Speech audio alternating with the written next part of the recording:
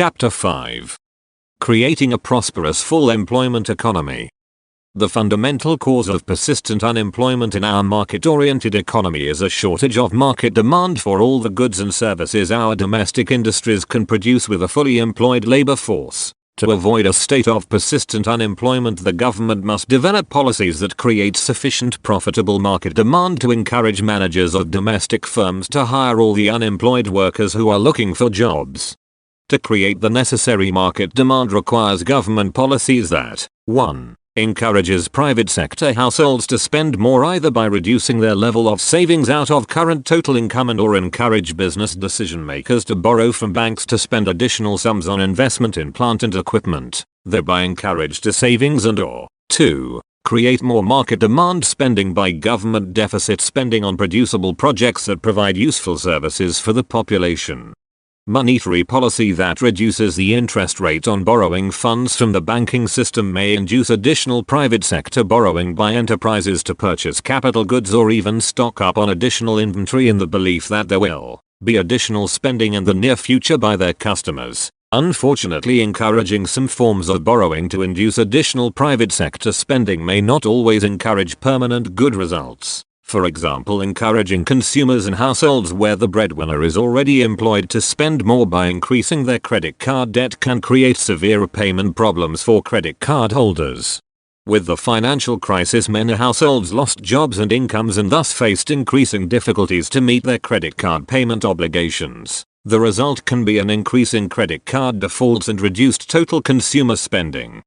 Furthermore, after the financial crisis of 2007 to 2008, central banks such as the Federal Reserve reduced the basic interest on borrowing funds to practically a zero interest rate. The evidence indicates even at such a low interest rate, there was not enough additional borrowing by enterprises for investment purposes to generate a full employment economy. Monetary policy stimulus can be successful only if enough entrepreneurs have what Keynes called animal spirits, that is, optimistic expectations that market demand will occur in the near future at a sufficient rate to induce expectations that borrowing for additional investment spending currently will yield sufficient profits to service the resulting debt obligation.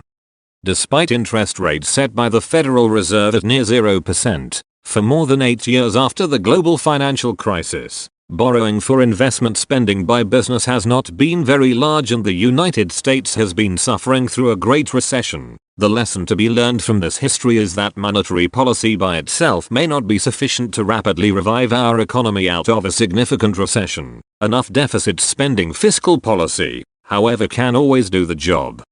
Can a cut in personal income tax encourage additional spending by households? Obviously, a reduction in the personal income tax rate will increase the after-tax income of households that are still employed. The question is, will an increase in after-tax income encourage households to spend additional sums on the products of domestic industries? The immediate response would be that if household income after taxes increase, they should be willing and even eager to spend some portion of this increase on goods and services.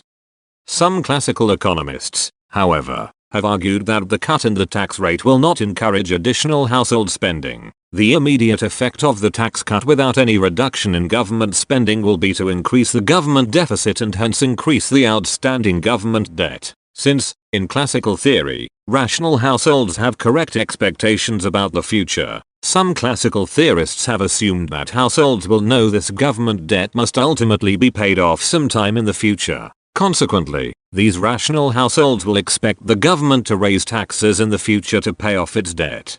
Accordingly, this classical view argues that rational households will save their increases in after-tax income in order to have sufficient funds to pay the higher future tax rates they expect the government to install to pay off the current deficit. Accordingly, classical theory suggests that reducing income taxes may not stimulate additional household spending. Keynes and post-Keynesian argue that given a tax reduction, some fraction of the increase in after-tax income received by households will be spent on producible goods, while the remaining fraction of the increase in thereafter tax income received will go to increase normal household savings for the unknown future. Accordingly, if instead cutting taxes to reduce total tax revenue by $X, the government adopts a policy to increase deficit spending on producible goods by the same $X as it would have returned to households as a tax cut, then the effect on the government deficit will be the same. but government direct spending will create more market demand for domestic production of goods and services than the stimulus of more market demand created by the reduction in personal income taxes, since some portion of the additional after-tax income will be saved. Moreover, in an economy open to imports, the question becomes, will the spending by households out of their additional after-tax income increase be entirely spent on domestically produced goods, or will some of the increase in consumer spending be on imports that stimulate production and employment in foreign nations and therefore involve a smaller stimulus on domestic production? In sum, the Keynes analysis argues that a full employment economy in a market-oriented system requires domestic business firms to recognize that they can expect enough market demand to profitably sell all they can produce with the capital and labor resources available in the economy. If private sector decision makers decide to save more, spend less than they did in the previous period, then enterprise will experience a decline in market demand and fewer workers will be employed. To avoid this increase in unemployment, there must be other buyers of domestic production who decide to spend enough more to offset this hypothesized decline in market demand. It is unlikely that enterprises will borrow and spend more on new capital equipment when market demand is declining. Consequently, to avoid this increase in unemployment, it will be desirable for the federal governments to spend more, even though government must borrow and increase its outstanding debt to assure a more prosperous economy. After all, a basic responsibility of government is to do whatever is possible to assure that the citizens of the nation are enjoying the most prosperous life possible, with all who want to work to earn income can find employment.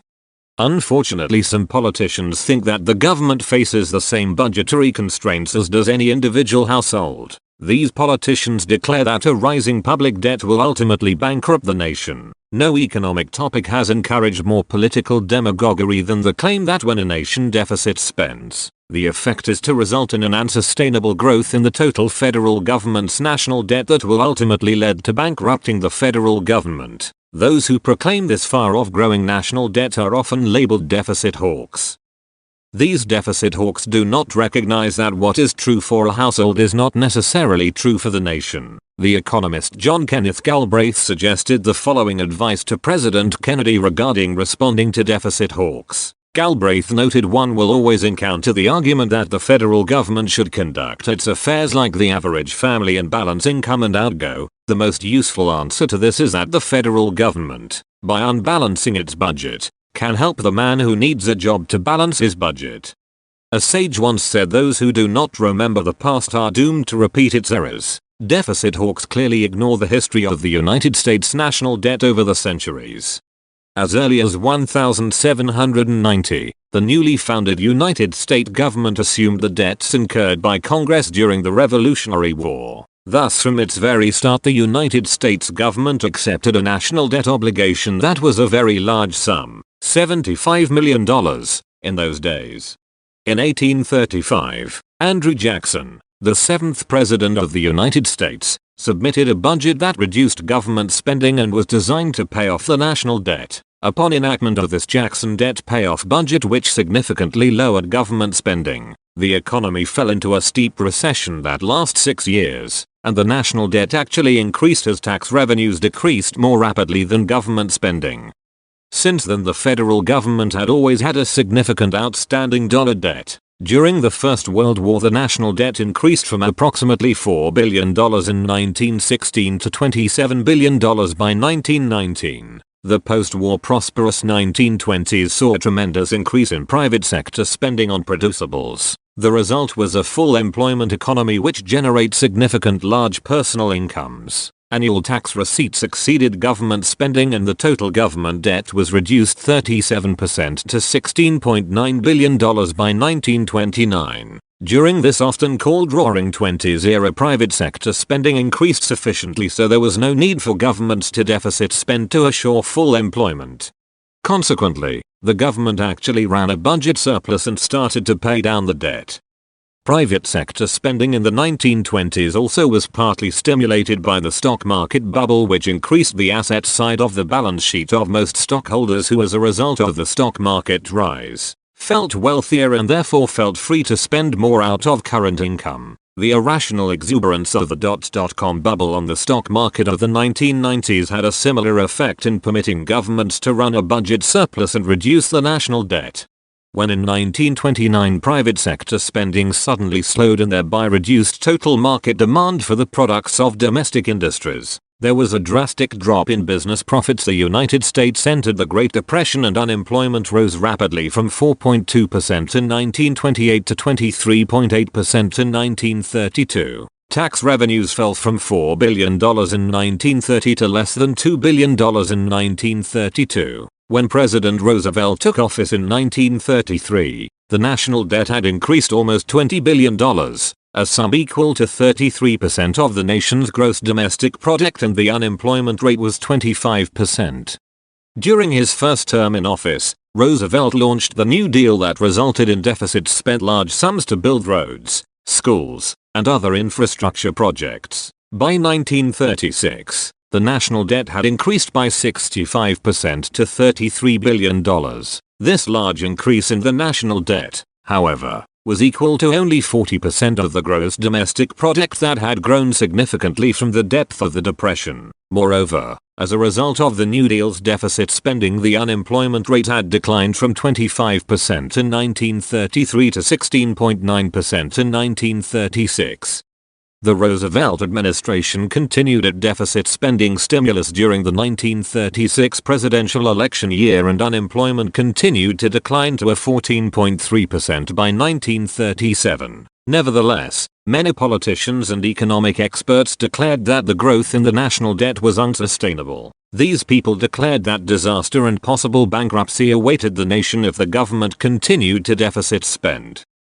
Accordingly, as part of his re-election campaign in 1936, Roosevelt promised to cut deficit spending. In 1937, Roosevelt delivered on his campaign pledge by submitting a budget to Congress that dramatically cut government spending. The result was the economy took a sharp downturn lasting through most of 1938. Unemployment jumped to 19% in 1938 as the economy fell into a steep recession, with manufacturing output falling 37%. Tax revenue declined and the national debt increased to $37 billion. Before 1938 ended, the Roosevelt administration resumed significant deficit spending and the economy began to recover. By 1940, the economy had grown substantially while the national debt rose 16% to $43 billion, 44% of the GDP, and the unemployment rate fell to 14.6%. When the United States entered the Second World War at the end of 1941, the fear of deficits and national debt were forgotten. The important thing was to defeat the enemy by government purchasing as much military equipment as the armed services needed. By 1942, the unemployment rate fell to 4.7% as many young men were conscripted into the armed services, and deficit spending for military equipment to fight the war increased dramatically. Between 1941 and the end of the war in 1945, GDP doubled while the national debt increased by more than 500% to $258 billion. Most of the war spending was financed by government deficit borrowing rather than increasing taxes sufficiently to pay for the war. By 1945, the national debt was approximately 116% of the GDP. Rather than bankrupting the nation, the large growth in the national debt promoted a prosperous economy. By 1946, the average American household was living much better economically than it had during the pre-war days. Moreover, the children of the Depression and Second World War days were never burdened by having to pay off what was considered a huge national debt. In the 1950s, even the conservative Eisenhower administration launched the biggest peacetime public works project, the interstate highway system, rather than try to pay down the federal debt. The Kennedy and Johnson administrations continued to spend large sums on sending a man to the moon and also on the escalating Vietnam War. As a result, for more than 2 decades after World War II, the United States experienced a golden age of economic growth and prosperity. The rich got richer while many of the poor experienced an even more rapidly rising level of income that created a large American middle class. The distribution of income became significantly less unequal. Large government deficit spending from the 1930s through the 1960s did not bring about an economic disaster. Instead, it produced a continuous prospering market economy with a more equitable distribution of income and wealth. The history of the national debt and the economy from the Great Depression till the end of the 1960s was that the American economy had nothing to fear from running large government expenditure deficits. The federal government is the only buyer of producibles that can undertake the responsibility to save, deficit spend, to sufficiently increase the market demand for the products of domestic industries and therefore maintain a profitable entrepreneurial system which will give the opportunity for all who want to work to earn a living wage. If the private sector will not spend enough to create sufficient market demand to permit all who want to work to gain a job, and if the fear of a large national debt keeps the federal government from deficit spending to create sufficient market demand, then the result will be impoverishing both domestic enterprises and workers. The basic Keynes message is our capitalist market system works best when spending causes a healthy growth in market demand and thereby generates profits and jobs and income for all the members of the community. When the public and politicians recognize that a primary function of government fiscal policy is to act as a balancing wheel to assure that total market demand will be sufficient to encourage domestic entrepreneurs to create jobs for all the domestic workers, then we will have developed the political will to create a perpetual prosperous civilized economy. The next step will involve developing an international financial and payment system that will provide enough market demand to create a globally prosperous economy with full employment in every nation.